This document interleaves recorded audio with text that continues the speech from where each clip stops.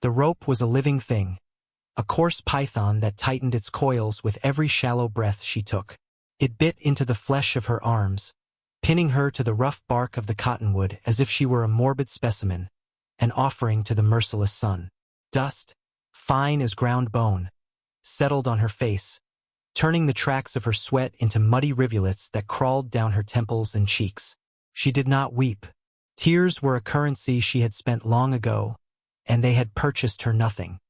Her name, the one her mother had whispered to her in a life before this one, had been scoured away by the years. Now she was only a title, a piece of public property. The sheriff's daughter. An epithet spoken with a sneer or a pitying shake of the head. She was a monument to her father's shame, her body a geography of his disappointment. The dress she wore, a plain calico stretched taut across her shoulders and hips, was a testament to his neglect, the seams straining as if they, too, were holding their breath.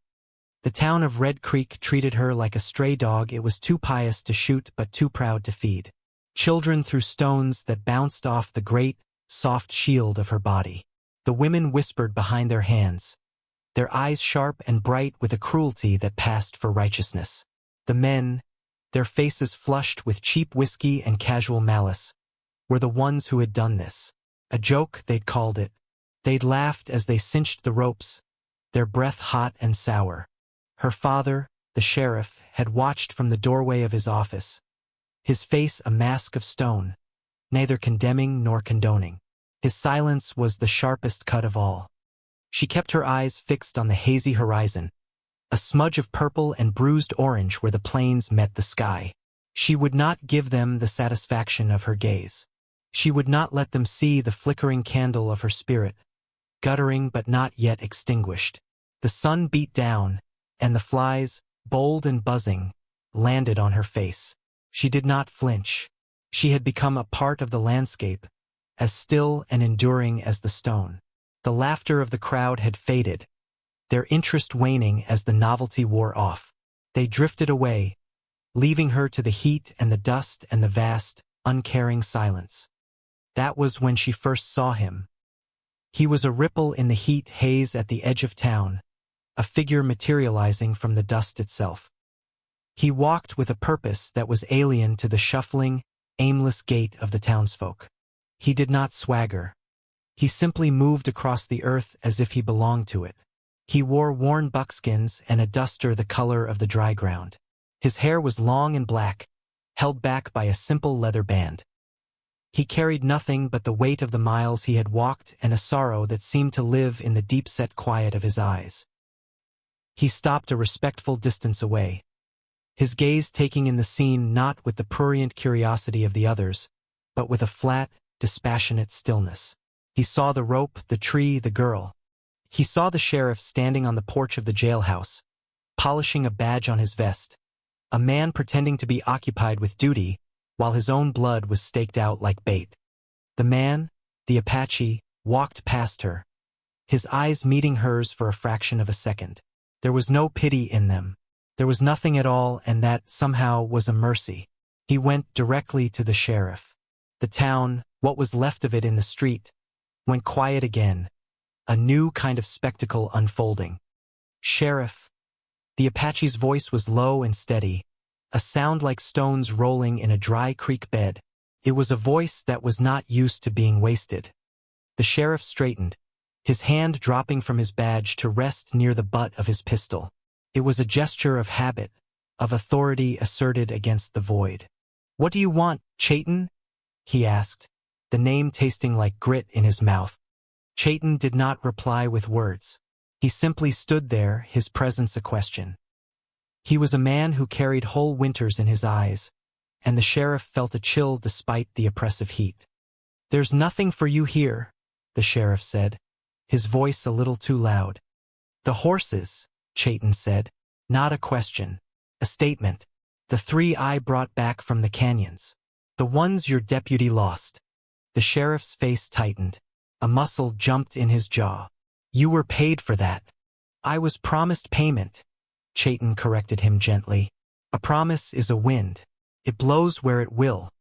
"I'm good for it," the sheriff blustered, gesturing vaguely at the jailhouse, at the town, at the whole flimsy structure of his power. Chayton's gaze shifted, just for a moment, back to the girl tied to the tree.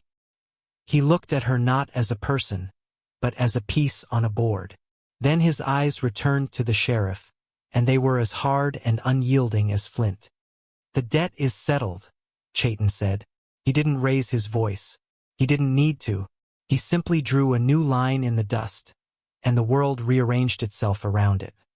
The sheriff stared, his mind catching up to the meaning. His face cycled through a storm of emotions.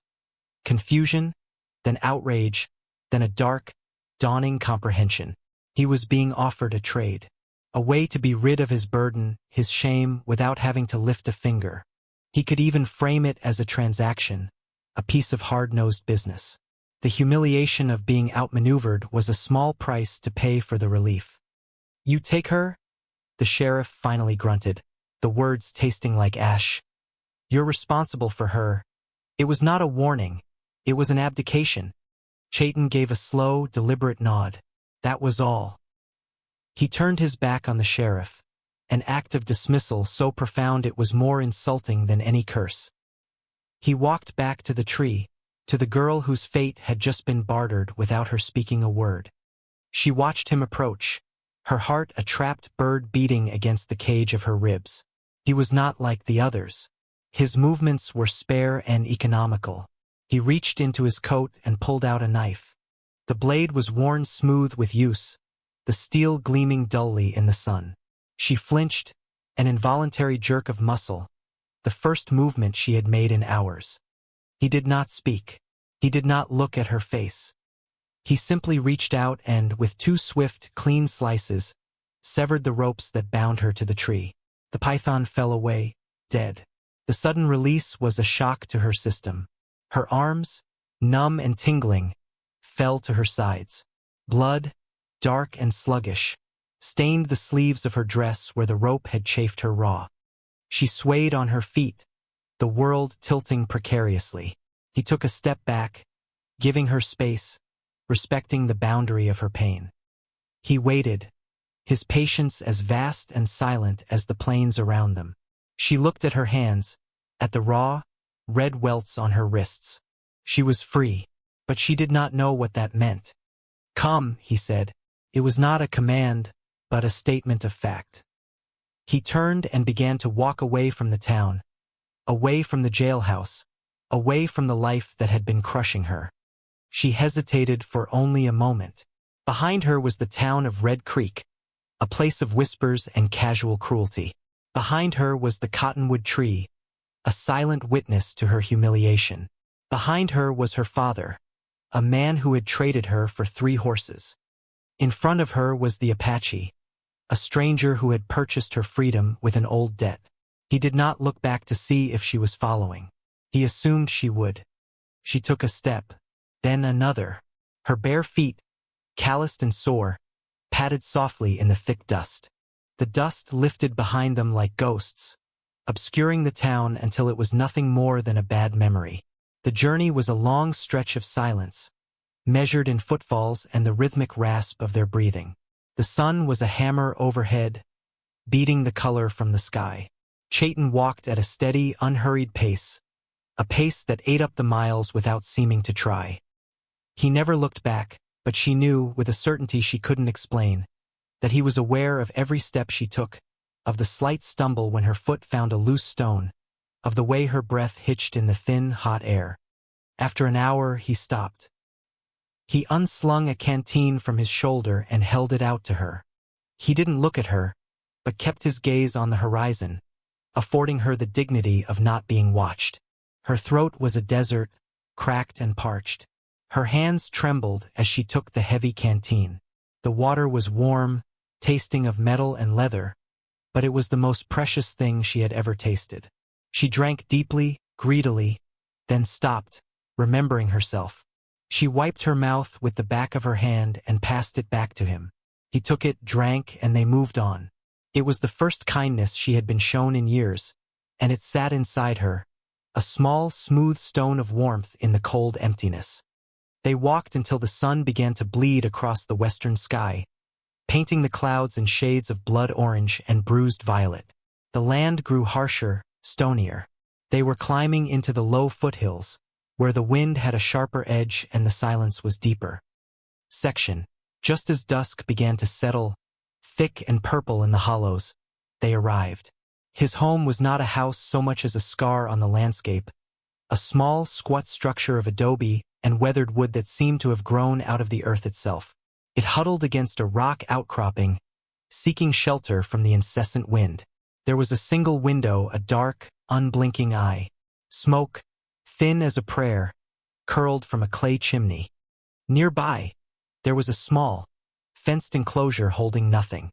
And beyond that, a single mound of stones neatly arranged. A grave. There was no marker, no name, just the patient, silent testimony of the rocks. She looked at the grave, then at the man. He carried a whole winter in his eyes, yes, but now she understood it was the winter of a specific and profound loss. He pushed open the heavy wooden door, which scraped against the packed earth floor. The inside was as spare as the outside. A single room, dominated by a stone hearth where a low fire crackled. A bed built into the wall, covered with a stack of clean, folded blankets. A rough-hewn table and 2 stools. The air smelled of wood smoke, dried herbs, and clean earth. It was a place of solitude, a shell a man had built around his grief. He gestured toward the hearth. "Sit," he said. She moved to the fire, sinking down onto the floor before it. The warmth seeped into her bones, chasing away a chill she hadn't realized she was carrying. He moved around the small space with quiet efficiency, adding a piece of wood to the fire, fetching a bowl from a shelf. He filled it with water from a clay jug and placed it on the floor beside her, along with a clean piece of cloth. He did not tell her to wash. He simply provided the means.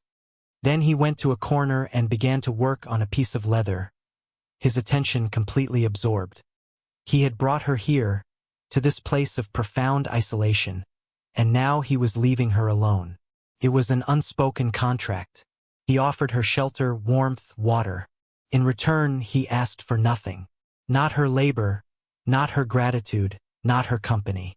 He had drawn a line of respect and privacy around her, and she understood that she was safe. She dipped the cloth in the water and began to gently wash the grime from her face and hands. In the flickering firelight, she looked at the raw, red welts on her wrists. They were ugly, but they were the price of her freedom. Here, in this quiet, lonely house, under the watchful, indifferent gaze of a grieving stranger, a new life was beginning. She did not know what it would be, but for the first time in a very long time, she felt the faint, fragile stirring of something that felt a little like hope. The days that followed fell into a rhythm as quiet and steady as a slow heartbeat. They lived in parallel, 2 solitary planets orbiting the same sun of survival. He would rise before dawn, his movements as silent as a shadow, and be gone for hours, checking his traps or hunting. She would wake to the silence of the empty house, the fire banked and waiting. First, she did nothing. She sat by the hearth, a bundle of fear and uncertainty, watching the light change on the adobe walls. The silence was a heavy blanket, but the house itself seemed to demand something. The floor needed sweeping. The water jug needed filling from the small spring that trickled from the rocks behind the house. There was corn that needed to be ground into meal. So she began to work, not because he asked her to, but because the work was there, and it was a way to fill the vast, empty hours. She swept the floor with a broom made of bundled grasses. She learned the heft of the grinding stone, her arms growing strong with the circular motion. She discovered his small patch of hardy vegetables behind the house and began to weed it, her fingers sinking into the cool, dark earth. They rarely spoke. Words were stones that would only disturb the still surface of their shared silence. Communication happened in gestures, in actions. He would return from a hunt and leave a rabbit or a brace of quail by the door, a silent offering. She would take it and prepare a stew, leaving a bowl for him on the table. He would eat it without comment, but she noticed he always finished every last drop. One morning, she woke to find a pair of soft, deerskin moccasins on the floor by her sleeping pallet. They were old and worn but clean. They fit her feet as if they had been made for them. She looked over at him where he sat mending a snare, but he did not look up. His face was a mask of concentration. She slipped her feet into the moccasins. The leather was soft as a whisper against her skin. Another day, she walked out to the lone grave. Weeds had begun to creep in between the stones. She spent the better part of the morning carefully pulling them, her fingers gentle. When she was done, she found a single stubborn wildflower growing by the spring, a splash of defiant yellow, and placed it on the central stone. Later that evening, she saw him standing by the grave, his back to the house. He stood there for a long time, a silhouette against the setting sun. He never mentioned the flower. He didn't have to. Their lives began to weave together, two threads twisting into a single cord. She mended a tear in his duster with neat, small stitches. He noticed the handle on the water bucket was splintered and spent an evening smoothing it down with his knife until it was sleek and perfect in her hand. They were building a life not with words or promises, but with the quiet, sturdy bricks of mutual care. One night, a storm rolled in from the plains, a monster of wind and rain that threw itself against the small house. The wind howled like a hungry wolf, and the rain beat against the roof in a furious tattoo. The house, which had felt like a shelter, suddenly felt fragile, a tiny boat on a raging sea. She was jolted from a shallow sleep by a crack of thunder that sounded like the sky splitting open. She sat up, her heart pounding, the memory of ropes and jeering faces rising like bile in her throat. A choked sound escaped her lips, a whimper she could not suppress. Across the room, Chayton stirred. He rose from his bed, not with alarm, but with a slow, deliberate calm. He didn't come to her. He didn't speak. He simply went to the hearth and added several large pieces of wood to the glowing embers. The fire sprang to life, bright and crackling, pushing back the shadows, filling the small room with a warm, dancing light. He then sat on the stool opposite the hearth, his back to her, and simply watched the flames.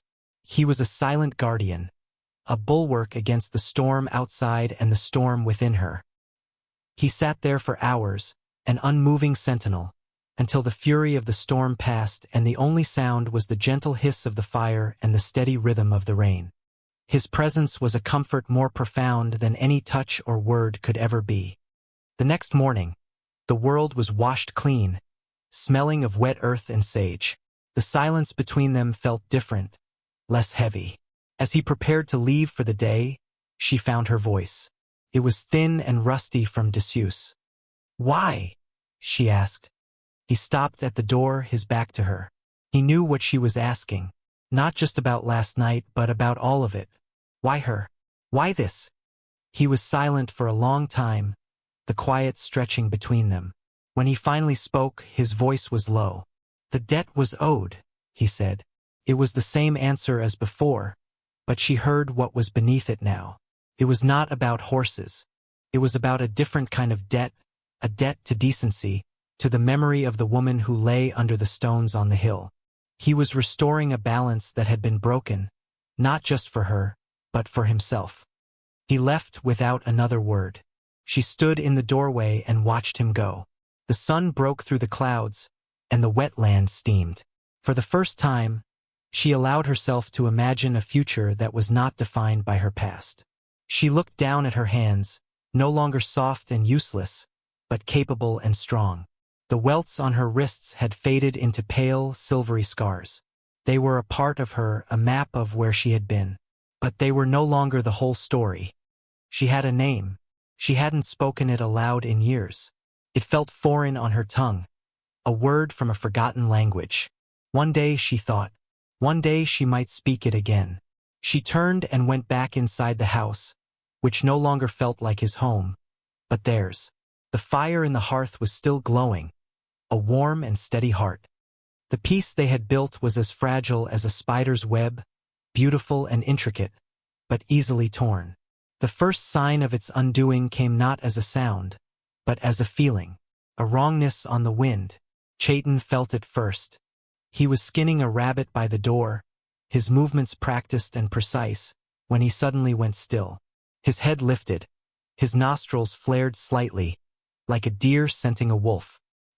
He looked out across the plains, his eyes narrowed against the afternoon glare.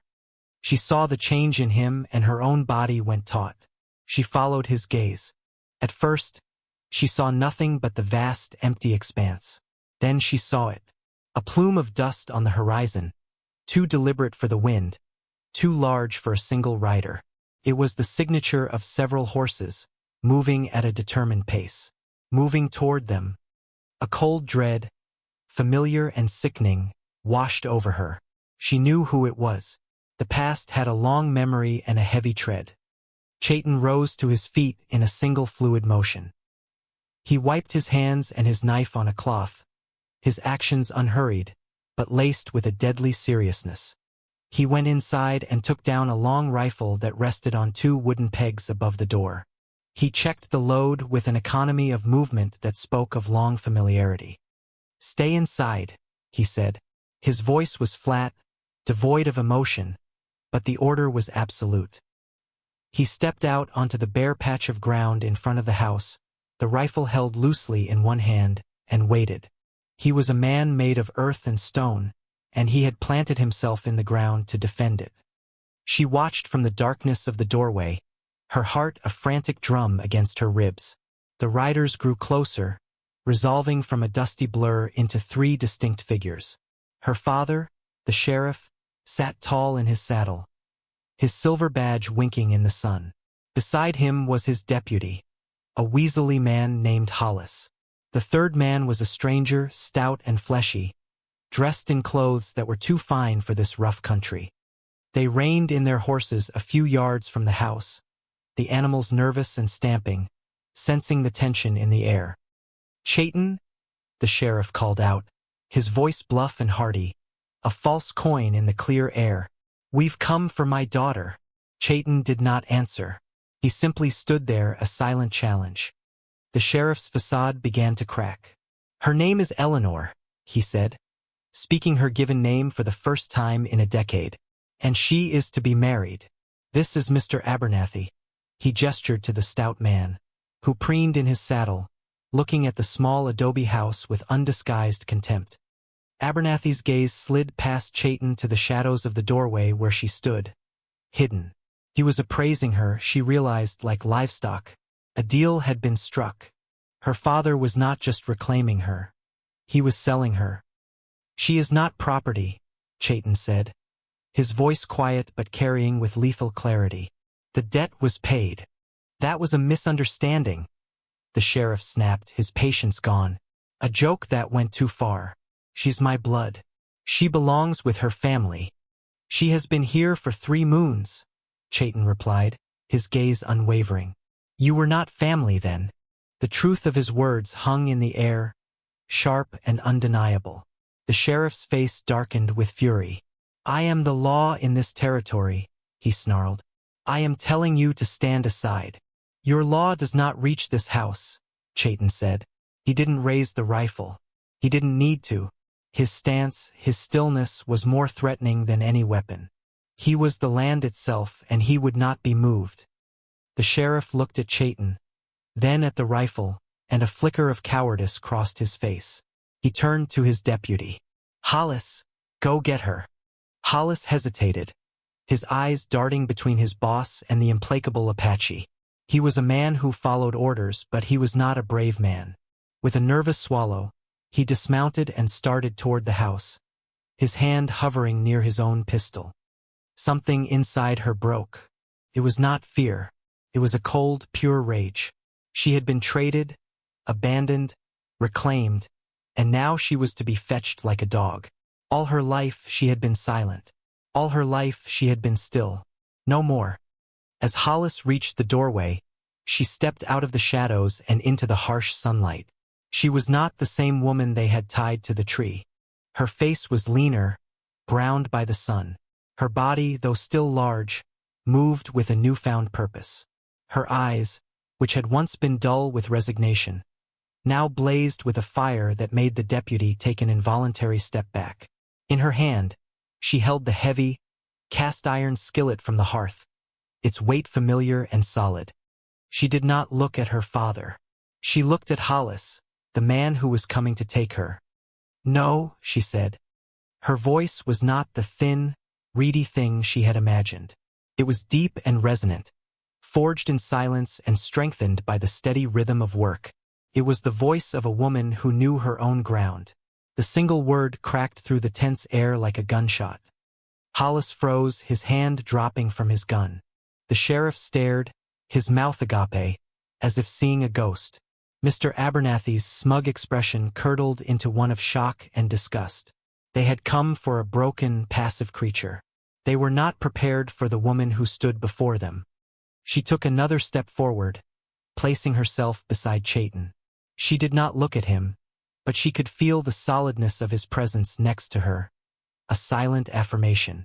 They stood together, a united front. The Apache widower and the sheriff's outcast daughter.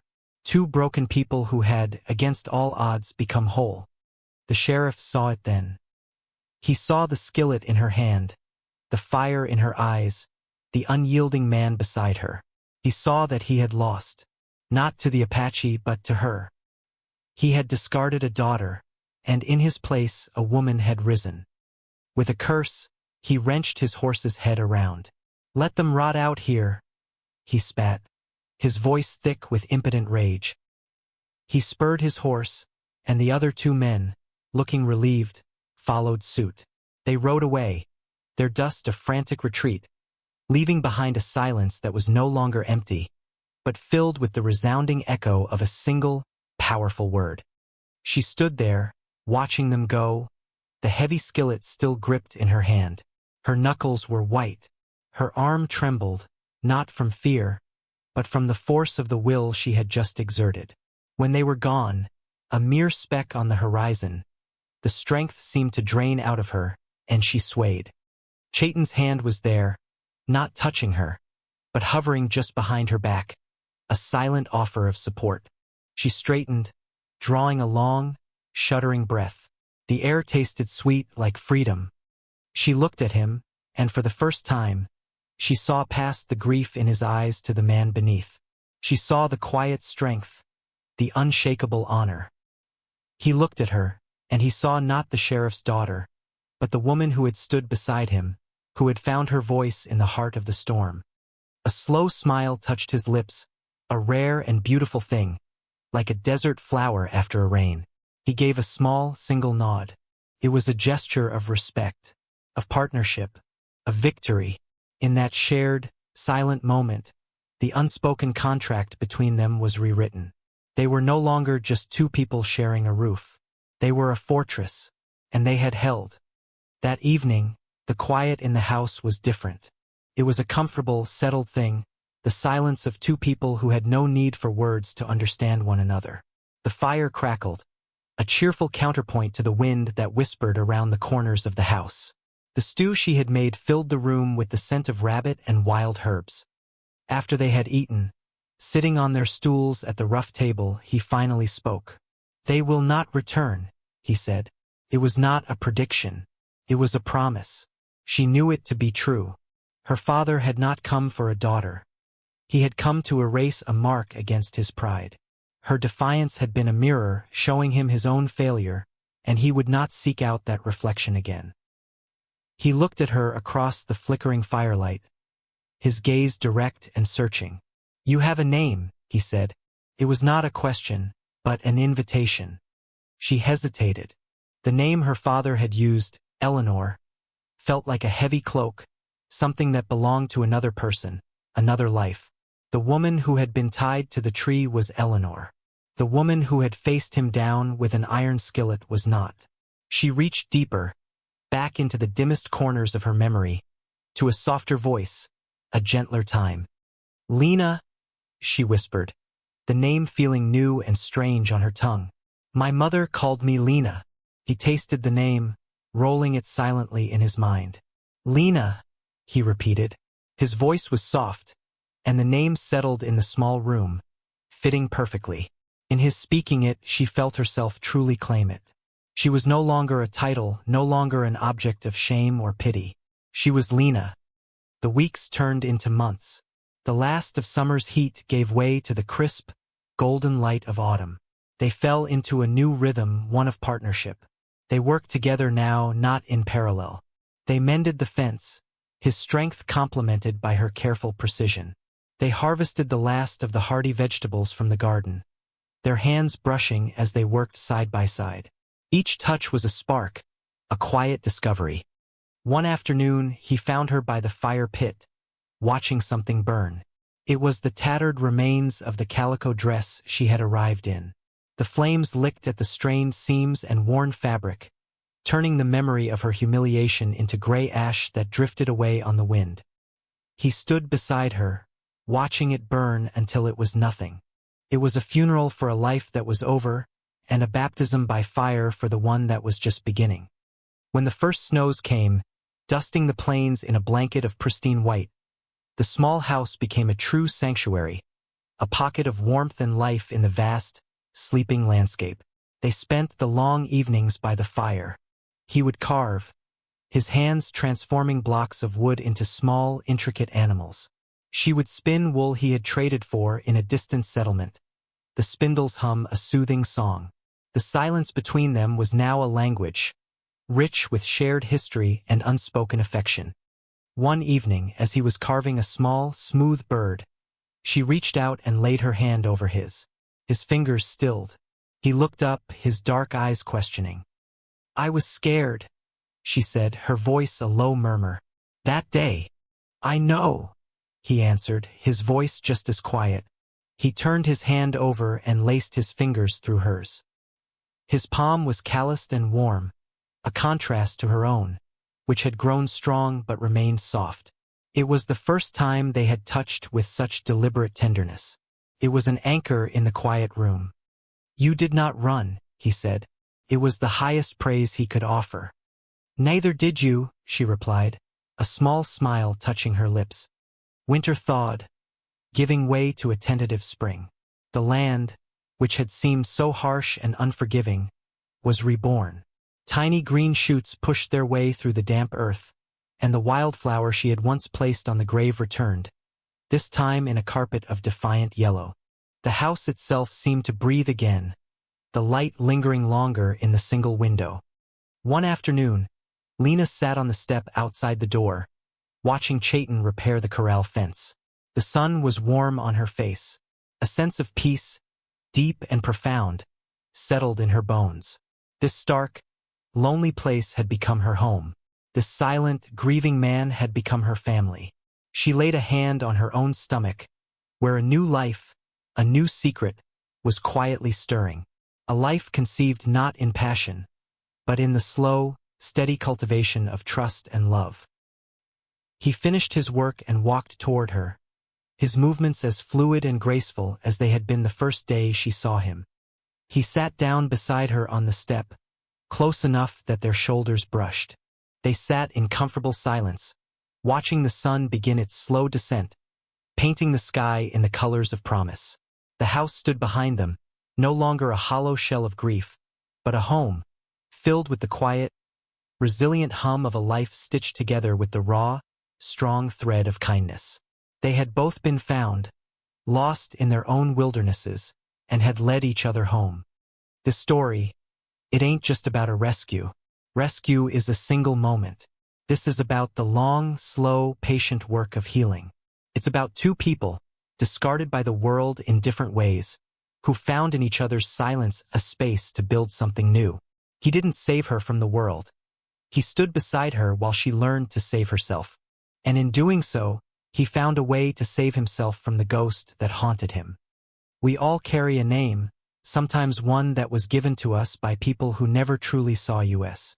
A name like failure, or disappointment, or burden. We get so used to the weight of it, we forget we have the power to cast it off. We forget we have a true name, one that's waiting in the quiet, one that only gets spoken when we're brave enough to demand it. So here is your naming.